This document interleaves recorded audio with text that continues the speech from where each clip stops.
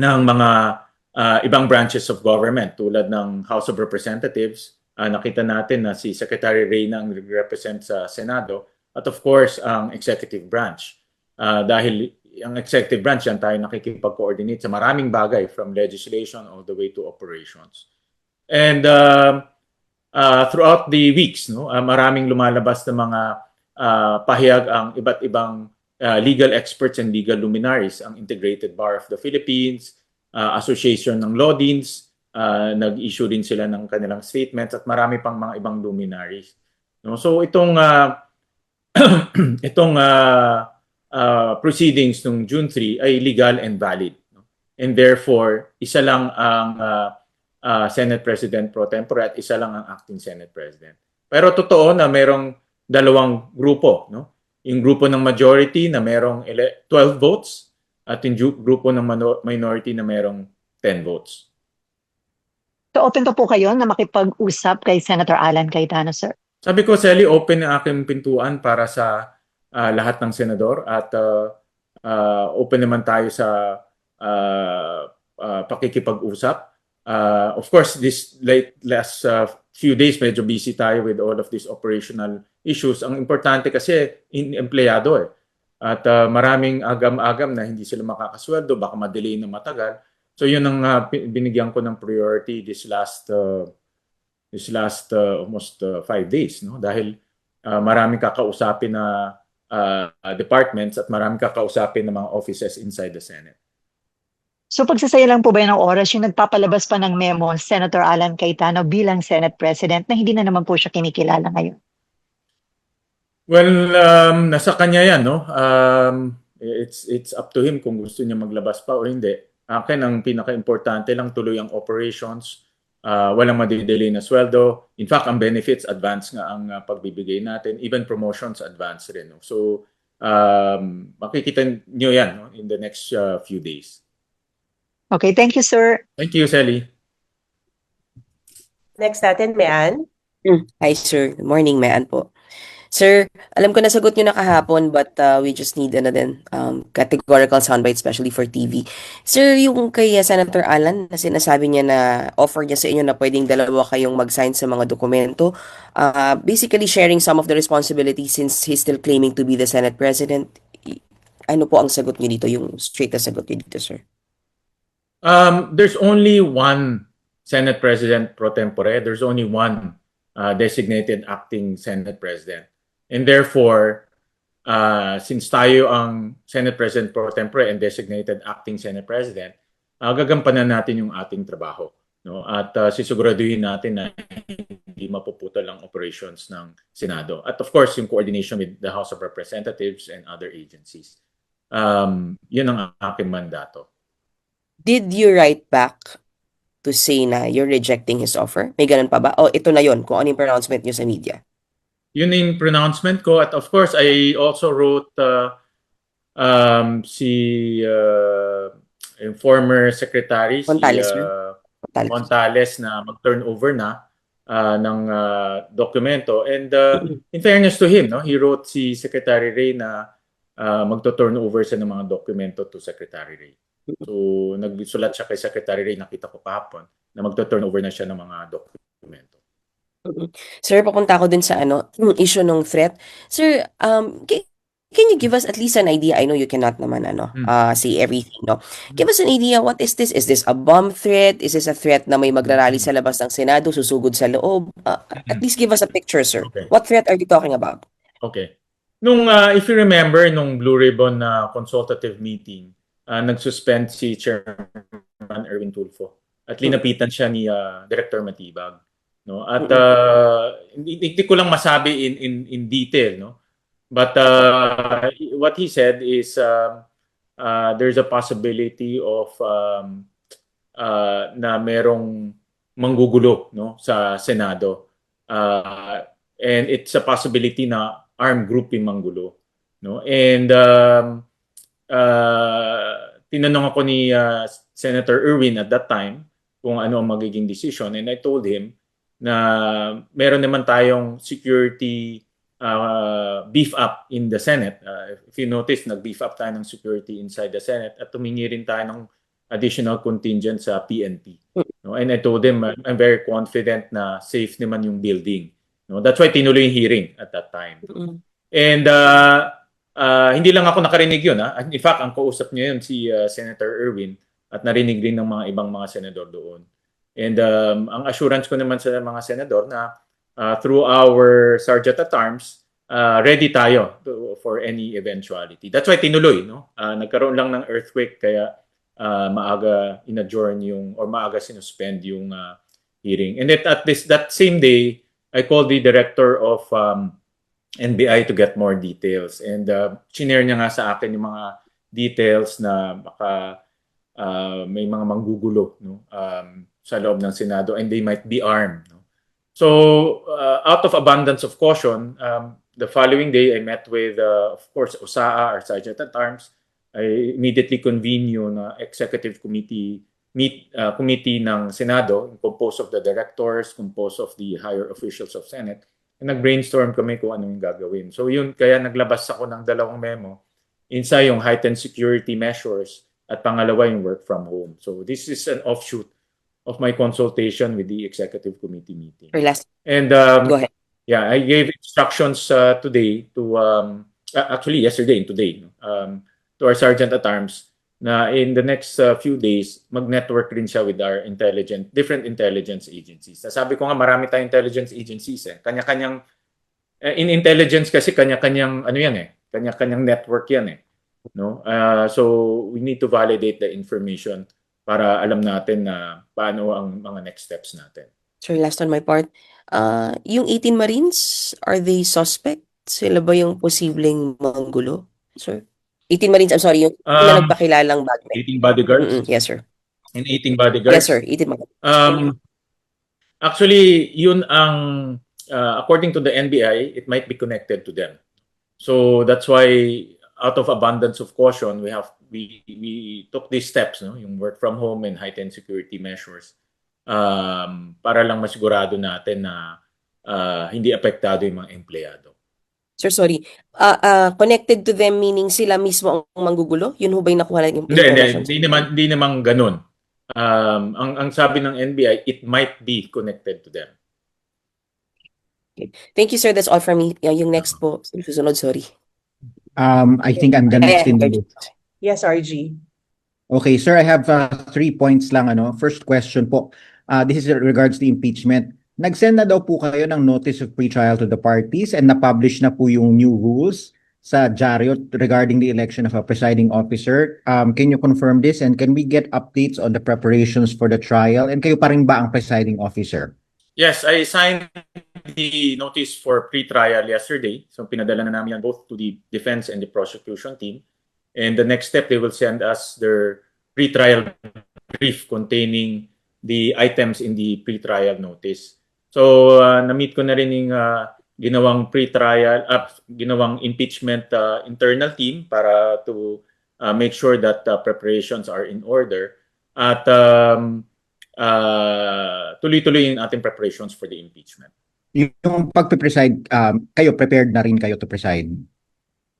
Yes, I'm preparing myself as we go along. So ang importante naman dito ay yung calendar ay may sunod. So yung publication ng new rule, yung in-approve ninyo last June 3, confirm na rin po yun? I believe na published yesterday sa newspapers. Okay. Yeah. Sir, my next point. The other day, nung Monday, si Senator Alan expressed concerns na yung pagbaba ng quorum from 13 to 12 nung June 3 may eventually lead to lower voting thresholds. Parang sinasabi niya, pwede daw ang mangyari sasabihin 12 lang pwede na makonvict sa impeachment or kahit yung sa chacha baka bumaba. Is there any basis for that concern and do you agree na pwedeng mangyari yun? Ang aming discussion in the past, especially nung June 3 event, is the Avellino case, yun ang ating basis. And at the same time, yung precedent, no? There are 8 times wherein 12 ang quorum ay 12 senators lamang, no? So I sent a PR about this. So, dalawa ang arguments natin dito. Yung Avellino case, wherein sinabi kung ang senator ay beyond the coercive reach of the Senate, pwedeng ibaba yung denominator sa pagbilang ng quorum. And at the same time, President, no, hindi lang isa kundi 8 beses ang quorum ay binaba yung denominator at 12 lang yung senators present. No? So, because of these two, pwedeng mag-constitute a quorum. Sir, so does it mean na pwede rin siya mag-apply sa impeachment or even sa tsatsang? Ibig sabihin is, pwede bang mas mababa sa 16 ang kailangan to convict? I have to study that. No? Dahil ang pinag-uusapan lang naman natin ngayon ay constituting na quorum. So yung Avellino versus Cuenco only applies to the quorum as far as concerned. Correct. Okay, on my third and last point, this is regarding yung ongoing security threat. I know that you ordered work from home arrangements today and tomorrow, but I also received word na may mga staff daw po, yung mga senador ng kabilang kampo, na hindi raw po pinapapasok ngayon or nahihirapan pumasok. Is there any basis or any instruction along those lines? Well, as a general rule, I work from home ang ating ini-implement because of the security threat nga. Only on a case-to-case basis lang ina-allow ng OSAA. For example, yung finance and admin, no? Dahil yung sweldo natin, RG, is every week. Yes. Nalaman ko na every week ang sweldo, so they have to come in and process it every week. No? So tomorrow, mag-release na ng sweldo. So that's why they have to come in. So on a case-to-case basis, ina-allow ng OSAA. So it doesn't discriminate between whether it's your staff ng allies ninyo. Wala tayong tinitingnan kung majority, minority, or Senate employee. Ang importante naman dito ay merong coordination as well as valid grounds to come in. Okay, thank you very much po, Senator. Thank you, RG. Hi, Sen. Good morning. Dexter po. Hi, Dexter. Sir, Yes. 3 points lang. Leadership, impeachment, and security issues. Unahin ko na siguro yung sa leadership issues. Sir, may on your part or on the part ng bagong majority, may efforts ba para may assert yung pagiging acting Senate President po ninyo? Magpapatawag po ba kayo ng isang all senators caucus para once and for all malinawan talaga na kayo po yung susundin Well, Dexter, sa ang pinaka- lahat ng mga malinaw ay itong operational management and operational control ng Senado. Nasabi ko nga kanina na Land Bank already completed the transfer of signatures, so nagpumaperma na tayo ng cheque at nag-i-issue na tayo ng mga dokumento para ma-debit in account ng Senado. No, I think that is for me a clear evidence na meron tayong operational control ng Senado. may move ba on your part na sulatan or kausapin personally si Senator Alan para at least matigil yung yung pag-i-issue na ng mga directives? Dexter, nasabi ko na bukas yung aking tanggapan to all senators. In fact, may mga kausap rin ako ng mga minority senators dahil kaibigan naman natin sila. No, we talk about various things. So bukas naman yung aking tanggapan. Pero may efforts na personally kay Senator Alan. Dexter, bukas yung aking tanggapan. No? So my doors are open, my heart is open. So yeah. Sir, sa issue ng impeachment, doon sa issue na ni-raise kanina ni RG, paano pagdating ng July 6? Ano ang susundin nating quorum? Well, may quorum tayo, no? Dahil 12 kami, and then kung pupunta sila, di 13 na kaagad. No? But if you are asking the denominator, we will follow the Avellino case. Dito naman sa issue ng security, Senator, moving forward, ano ang magiging setup pagdating ng Monday? We're we're playing this by ear, Dexter. That's why nagko-coordinate kami with the different agencies. We're taking marami kasing nung kausap ko yung mga empleyado natin at kausap ko yung Excom, marami pa rin may phobia nung nangyari nung May 13, no? So yun ang kanilang nasa isip at kaya nga ang suggestion sa akin mag-work from home because of that May 13 incident. So I'm taking so much abundance of caution, no, because nga of that incident at kaya pabalik-balik ako sa Senado para to make sure na everything is covered at hindi mangyari, walang untoward incident na mangyari. Ang pinaka-importante sa akin yung welfare ng empleyado, welfare ng members of the media at mga senador. Sir, sorry, pang-isa na lang, balikan ko lang yung sa leadership. May mga balita na may 3 na daw from the Cayetano Block ang lilipat sa new majority. May hakbang ba kayong gagawin para sa isang special session para once and for all ma-resolve na talaga yung Senate presidency? Dexter, hindi ko masasagot muna yan ngayon, ano? In so far special sessions concern, ang ina-arrange namin ngayon ay yung mga topics. Like yesterday, kausap ko yung Commission on Appointments, nagpa-brief ako tungkol dun sa 5 general na hindi na confirm. So and then ang Legislative Department, binibrief rin ako yung mga bills for third reading at yung mga citizenship confirmations, no. So yun yung mga tinututukan natin in preparation for a potential special session. But ang importante dito yung mga nabinbin, no. Lalo na yung sa mga confirmation general. Thank you very much, SP. Ang susunod na magtatanong po si Nimpa po ng DZWB. Thank you. Hi, sir. Ay, Nympha. Hi, sir. Good morning po. Sir, clarify ko lang po. Sir, i-follow up ko lang yung sa question ni RG. Kasi, di ba po sa Constitution naman is 2/3 ang kailangang boto to convict sa impeachment case. Ngayon, sabi ni Senator Alan Cayetano, yung pagbaba nyo ng tawag dito ng boto, yung pagbaba nyo ng sa 12 dun sa quorum, baka daw gamitin din ninyo sa impeachment. So, ano ho ang tugon ninyo doon? Ibababa ho ba from supposedly 2/3 which is 16? Gagawin nyo ho bang 12? Babalikan kita dyan, Nympha. Let me get back to you on that one. Okay, sige sir. And then, yung pong sabi ni Senator Alan, bakit hindi sila nasabihan doon sa threat sa Senate at saka duda siya sa source which is the NBI. Well, Nympha, napakabilis ng pangyayari at ang unang instinct ko ay yung welfare ng tao, no? Yung welfare ng mga empleyado sa loob, members of the media, mga senador. That's why I had to talk to our Sergeant at Arms and Excom and mga employees actually diretso.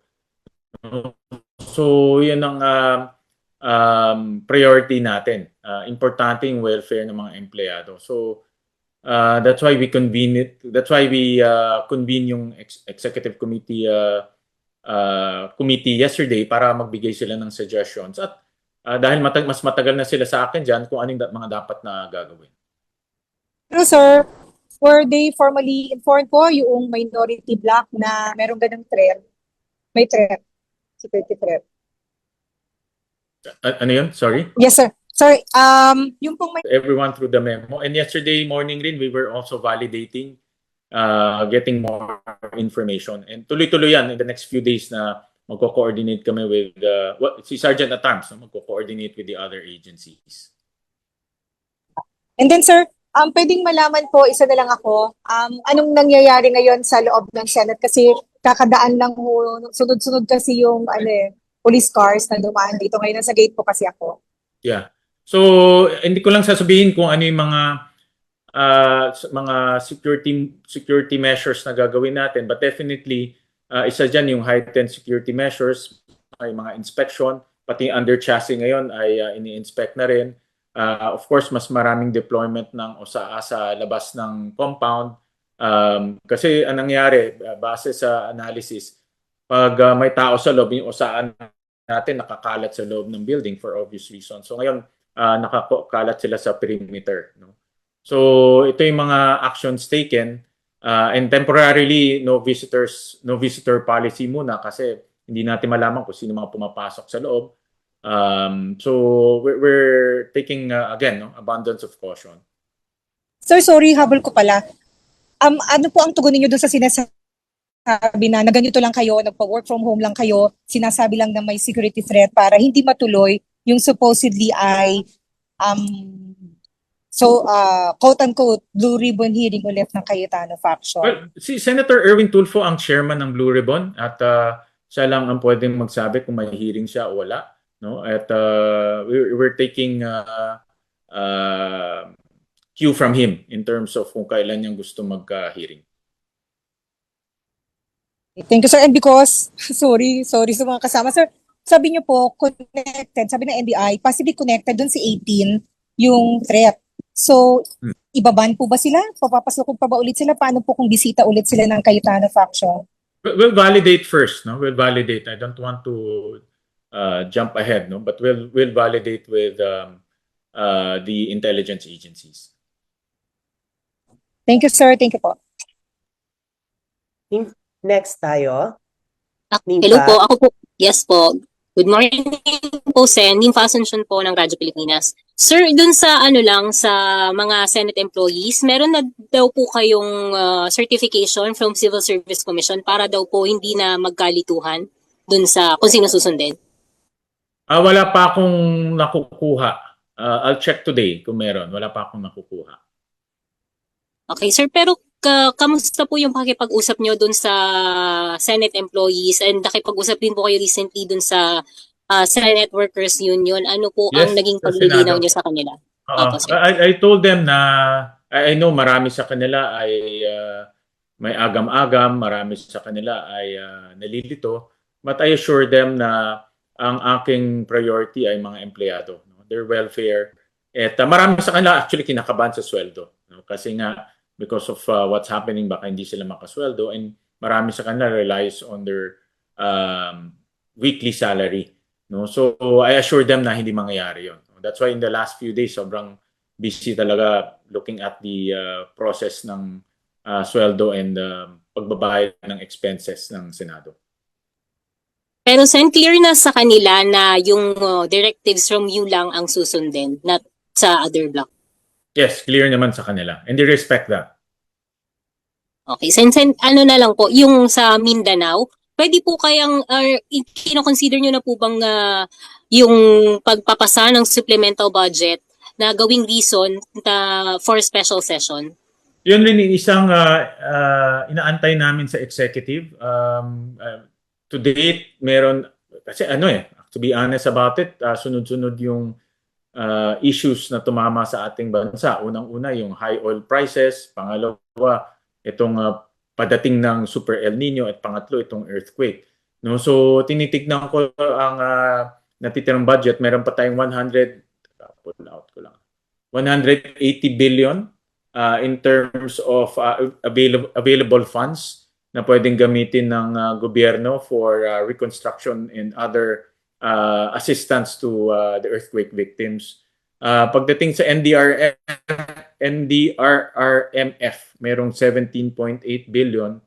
At pagdating sa LGSF, 32 billion. So itong dalawang funds pwedeng gamitin for reconstruction yan. But ang total, kasama yung social services, about 180 billion. So sir, base dun sa figures na binigay nyo, tingin nyo po ba kailangan pa ng... We'll wait for the assessment ng OCD. Depende kung ano magiging assessment nila, kung magkano pa kakailanganin nila sa reconstruction. Kausap ko yung ibang mga politiko doon, maraming nasira ang kalsada at bridges. So yun din kailangan i-repair. Classroom, nakita natin, daming bumagsak na classrooms. So yun din ang dapat i-assess at doon natin malalaman kung magkano kakailanganin natin. Okay. Sir, last na lang po, may plano po kayong pumunta sa Mindanao and kamusta po yung... Yes. Bukas kasama ko si Senator Mig Zubiri, Senator J.V. Arcito, si Senator Erwin Tulfo. we donated our salaries, 1 month worth of salaries, and we also will donate some rice and food packs. No? So naka-raise kami ng funds to buy food packs and rice. No? So magdo-donate kami kahapon. Para sa grupo na rin yan, maraming nagtulong-tulong para maka-raise tayo ng mga ganitong donations. Okay, Sen. Yun lang po from my part. Thank you po. Next. Hi, Daniel. Ay, Sen, sorry, medyo distracted kasi ako. Pero sir, hindi ko lang kung natanong na to, pero yung sa pagpe-preside, may umuugong kasi si Senator Cheese daw, yung magpe-preside. May katotohanan po ba dito, sir? Wala pa namang kami na pag-uusapan na ganun. Ipapag-uusapan pa lang ng grupo yan. Okay, so po, meron pa lang possibility ng ganun, sir? Tama ba? Well, pag-uusapan pa lang, Daniel. Okay, yun lang naman sa akin, sir. Natanong na nila. Salamat, sir. Thank you. Okay. Hi, Miss Camille. Hi, good morning po, Senator. Miss Ang Camille, question ko po is nag-echo ka. May echo. Malakas yung echo. Is the Yan. Cayetano leadership dispute now becoming a threat to the Senate's ability to proceed with the impeachment trial po? Paano po ang urgency to adopt impeachment rules now? Hindi po kaya ma-challenge ang entire trial dahil po patuloy yung ginagawang pagtanggi ng Cayetano Group sa inyong grupo? Well, dalawang bagay, no? Yung operations ng Senate tuloy-tuloy and hindi na putol ang operations ng Senado. Evidence nga dun yung sweldo ng tao, benefits, at even yung kanilang incentives mauna nang lumabas. No? So, tuloy-tuloy naman yung operasyon ng Senado. Sa impeachment, tuloy-tuloy rin. We released yung pre-trial notice yesterday. Tuloy-tuloy naman yun. Tuloy-tuloy naman yung preparation doon. How about po yung mga rules and regulations po? Paano po ma-affect? Kasi kung gagawa po kayo ng mga rules and regulations para sa impeachment trial, kailangan po siguro yung participation ng kabila. How will it affect the entire Senate po, the entire chambers? Aprobado na yung rules ng impeachment last time nung na-convene. So, in-approve na yun.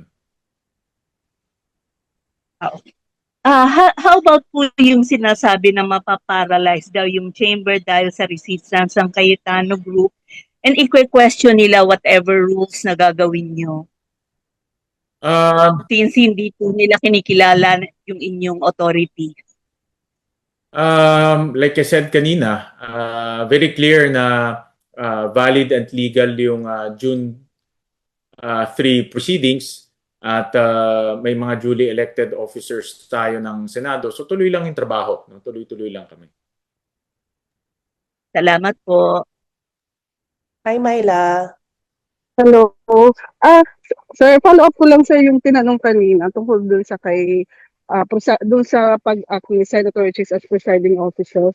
Yung pag-convene niyo sir ulit, tuloy pa din sir na July 6. Tapos, paano sir yung yung 12 na quorum na bit-bit? Hindi kailangan sir ng 13.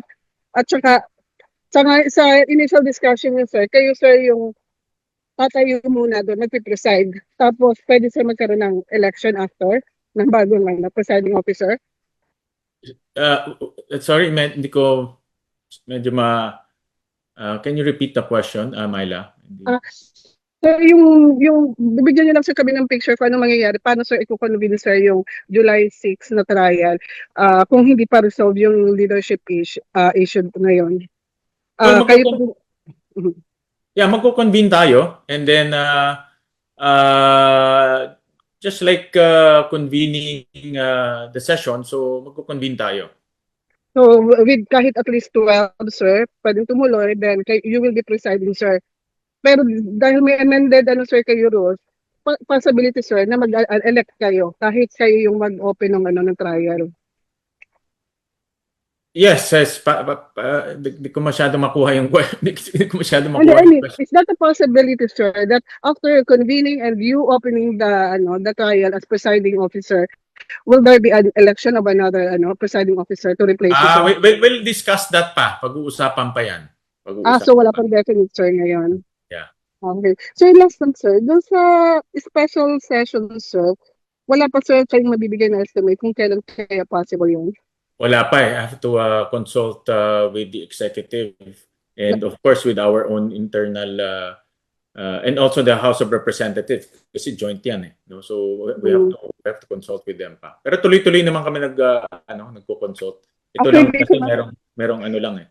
So, hindi sir masasabi na within the month, within in next week, possible next week, walang ganong ano kayo, sir, tinitingnan? Wala pa kami indication. Wala pa. Last na lang, sir. Yung sa, sir, yung sa security, sir, yung mga senators ba covered yung ginagawang heightened, security Yes, measures? yes, lahat covered including yung mga let's say mga concessionaires natin, including janitorial services, so lahat covered. So, ibig sabihin, sir, pagpasok, sir, nila, pati sa sasakyan nila talagang isi-search, sir, or i-check na, ng Yes. security. Okay, Yes. sir. Yun lang, sir. Thank you, sir. Hi, Victoria. Hi po. Good morning, Sen. Morning, Victoria. Apo. Sir, balikan ko lang po yung tanong ni Ate Nympha Ravelo kanina. Yung may statement kasi si Senator Cayetano saying na hindi credible ang NBI as source nitong intel na ito dahil they were involved in the violence, in several instances ng violence sa Senate. Bakit daw sila ang magiging guardian ng safety ng Senado? Well, itong intelligence we're taking it seriously dahil direct threat yan to the Senate. So, sabi ko nga out of abundance of caution, we need to adjust our security protocols accordingly, no? Dahil priority ko mga empleyado Priority ko yung mga nagtatrabaho sa loob ng building at of course the Senate as an institution. Importante yan. But tuloy-tuloy yung aming validation, tuloy-tuloy yung coordination with other agencies. Nagko-cross-validate rin ang Sergeant at Arms natin today actually and tomorrow. Yan ang kanyang ginagawa. No? And I'm also going to reach out with Nika para makuha natin yung ganitong mga information. In context kasi ngayon, if may maraming lumalabas na magkakaroon ng paglusob sa Malacanang on June 12 or may mga malalaking rally sa June 12. So we have to be very cautious because of all of this. And sir, by next week, can we expect na lifted na yung work from home? We'll do it. We're monitoring the situation very carefully and we'll keep you posted. All right. That's all lang po. Thank you. Thank you, Victoria. Sandra? Salamat. Hi, Sandra. Hi, Sen. Hey, Sandra. Hi, Sen. Itanong ko na lang din po yung tungkol sa security kasi doon sa memo nyo, I think you're also asking na ma-secure po yung records.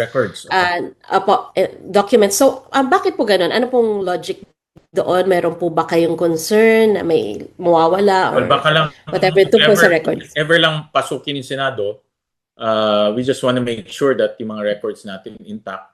Marami doon ay wealth of knowledge and discussions in the past, no? Marami rin doon mga executive session files nandoon din. So we just want to make sure na walang mawawala ng records, no?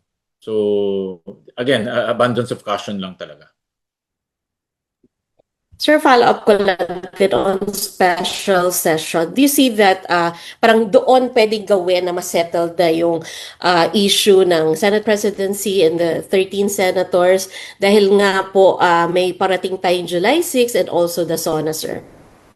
Well, ang primary objective ng special session is yung mga naiwan na pieces of legislation, confirmations, iba pang mga items na naiwan kasi matagal tayong walang session no? So maraming na binbin, no? But that's also a possibility. Yes, sir. May nabanggit din po kasi yung yung Malacanang na parang dapat daw maganda nag-usap na or naayos na bago po ang special session. Yeah. Hopefully, we're praying for that. Lastly, sir, on my part, nabanggit din po in the past, no, nung time pa ni, nung Senate President si Tito Soto, banggit po na pwedeng pa-handle ang impeachment trial sa isang abogado na kasama po ng mayorya. And you have two lawyers, sir, no? Senator Escudero and Pangilinan, sir. So, iyan po ba, kasama po ba si Pangilinan, Senator Pangilinan, sa pinag-uusapan at ano po yung likelihood na ganun nga po ang mangyayari? Tama ka, no? Sinabi ni Senator Soto yun. At yan ang kasalukuyang pinag-uusapan. Thank you, sir. Thank you. Okay, Robert. Hi sir, good morning. Sir, unahin ko lang dun sa threat na binabanggit yung 18 bodyguards ay po pwede na connected sa kanila. Kung kinukonsider natin yun, pati ba sir, yung mga individuals o personalities na kasama nila ay ganun din kasama din doon sa assessment sa threat na sinasabi? Robert, I don't want to jump ahead, no? Marami kasing mga detalye na I cannot divulge. So ngayon we're currently validating, currently investigating, and coordinating, no? So as soon as we get more information, mas klaro na yung mga pwede namin sabihin.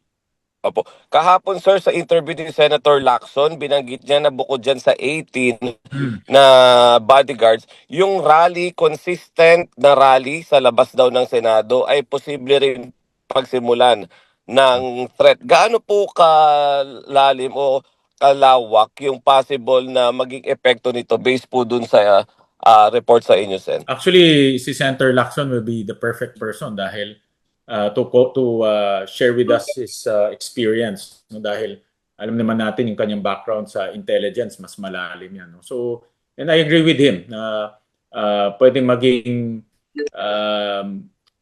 cause yan ng disturbance or cause yan ng paggulo sa Senado, no? At that's why all of this information na nakukuha namin, we have to take it seriously, no? Kasi hindi natin alam baka pwedeng may manggamit o pwedeng gamitin yung mga ganitong situation ng mga iba-ibang grupo. So we have to be very careful dahil yung situation pwedeng samantalahin ng ibang mga... With that, Sen, may plan po ba coordination sa PNP na paalisin na muna sila dito? Total, wala naman ng session. Wala naman. Wala namang... may coordination kami with the PNP in terms of perimeter security as well as security inside. Pero wala namang planong paalisin sila. Opo. Last na sir, sa June 12, sinasabi nga na doon magkakaroon ng movement, anti-government with the Senate. Ano po ang nilalatag ninyo na security preparation para po for any eventualities? Thank you. Magandang tanong yan. We're taking that information very seriously. Kasi baka ang Senate rin ay maging target. So we're coordinating very closely with the PNP in terms of beefing up security. Okay, Robert. Hi, Robert. Thank you po. Okay, thank Thank you. you. Mary Mon. Good morning, Sen. Mary Mon Reyes po from One News 1PH. May ilang babalikan lang po ako regarding po kay quote-unquote designated secretary po ni Sen Cayetano na si Montales. Did he come to terms na po na yung transition or yung turnover would mean lahat ng documents ibibigay na po talaga kay Sec Bantug plus yung office si Sec Bantug na po yung pupwesto na doon? Yeah. Well, I appreciate his cooperation. Nagpadala siya ng letter kahapon kay Secretary Bantug na ito-turn over niya yung mga dokumento para hindi nga maantala o hindi ma-disturb yung operations ng Senado. So, wala namang qualification kung ano yung mga dokumento na yun. Kasi sir, may ibang reports po na baka raw po merong hindi fully surrendered na documents from Sec Montales. Well, titignan natin kung ano yung mga dokumento. Titignan natin. So sir, does this mean na hindi na po siya dapat magparamdam pa ulit si Sec Montales? Well, kung magpaparamdam siya sa turnover, no? Magpaparamdam siya habang tina-transfer niya at ini-endorse niya yung mga dokumento. Okay po. And sir, isang question na lang din po. Kapag kunwari po tumagal itong possible security threat, would this be considered a force majeure? Kung sakali lang naman po, kung maapektuhan ba nito yung flow ng operations or yung kung sakali mo magkakaroon ng special session and then hindi pa nagda-die down itong security threat po? We'll take it a day at a time, Mayor Mon. Like I said, no, we're coordinating with the different agencies, validating and investigating. So we're taking it a day at a time. No? Pero ako ang aking direction, tuloy ang operations ng Senado at hindi mapuputol yung mga gawain. So far, wala pa naman nagpa-register ng public hearings. So dahil wala naman nagpa-register ng public hearings, ang sinuggest na lang ng Execo mag-work from home muna. So yun naman ang ating in-adopt. Okay po. Sir, last question na lang po for me. Baka lang po ma-bring up kasi ulit yung group chat. Bukod po ba dun sa formal na memo po tungkol dito sa work from home setup, yung sa heightened security alert, nagkaroon din po ba ng communications within the senators po, from both blocks? Ako kasi napakabilis yung pangyayari, no? So I have to react very quickly. So I talked to some senators lang, hindi marami, no, to ask for advice and suggestions, no. But kumbaga bilang acting Senate President, I have to do what I have to do to protect the institution and to protect the employees, no. So ito naman yung mga hakbang na ginawa natin. All right po. That would be all. Thank you. Okay, last na natin si Angela. Hello, Sen. Angela po from PRTV News. Magandang umaga po. Sir, tanong ko lang po, Sen, kung meron po bang info if yung 18 bagmen po natin na nag-present nga po doon sa loob ng plenary last time, ay sila po ba ay kasama doon sa usap-usapan na sinasabing possible D-stab on June 12 po? Well, according to, nasabi ko nga kanina, according to the NBI, may posibleng link to them. No? That's according to the NBI. And ayoko na i-divulge in other details. No? That's why lumapit sa amin, no? Si Director Matibag during that hearing, no? Because nga of that possible links. But we're dire-diretso yung aming validation at investigation regarding the entire situation. Thank you, Sen. Last na lang po, may umiikot lang din po sa social media na possible din na magkaroon ng hearing ulit or pagpupulong ulit yung Cayetano Block regarding doon sa flood control scandal. If ever po na, let's say, even if hindi po Cayetano Block, if may pumasok po or may mag-try pong mag-attempt pumasok sa Senate premises, ano po ang magiging treatment sa kanila given the heightened security alert po? Well, ngayon, like I said, no, si Senator Erwin ang chairman ng Senate Blue Ribbon Committee and siya lang ang pwedeng magpatawag ng hearing. In fact, nung nagpatawag siya, in-invite naman itong 18 bodyguards to join the hearing. Nasa loob nga sila ng building. Sana nag-join na lang sila ng hearing para diretsong matanong sila ng mga senador. No, so we'll wait for Senator Erwin to call for a hearing or a consultative meeting. Okay po. Thank you, Sen. Thank you po. Sir, So, okay na tayo.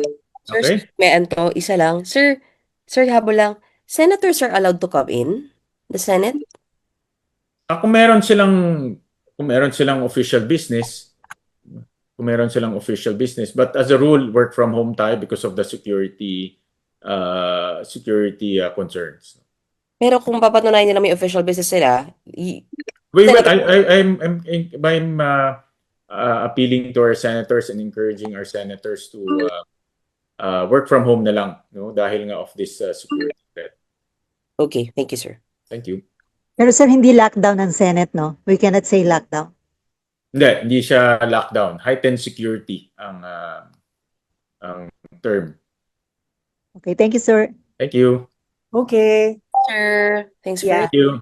Thank Salamat. you everyone. Rafi, Cecil, and Thank Jay, you. lang tayo. Salamat, everyone. Thank you. Thank you Salamat po. po. Salamat po. Thank you, Sen. Pengi pong video recording, ma'am. Thank you. Noted din pa. We'll send you once rendered. Thank you. Thank you. Thank you. Salamat po. Paano ba